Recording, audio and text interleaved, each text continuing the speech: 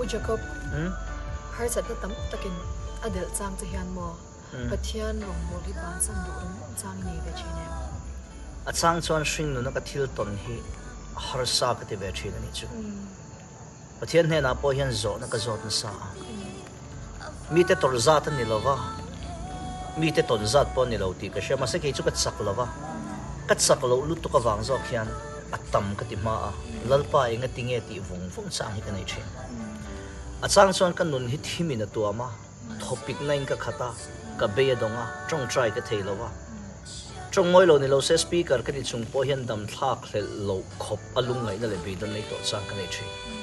am mai ro chu chu tiang ni lo thlen lai po chuan ka chunga hian Krista chinung a oma pon lama ka ti sa malam pan turin tang thei to lova ka ril ru le ka chia le tha hriat na in ka ta na thatur konga min hruai thei to lova chu tiang ang khop adin hun chia ka din ni lo thlen chuan ka chunga ka tharau hi anei tu Krista in aron bia a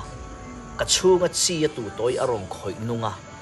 chu chuan malam pan tur chakna nei to lo hi aron nor kal le thina ni chu nun tak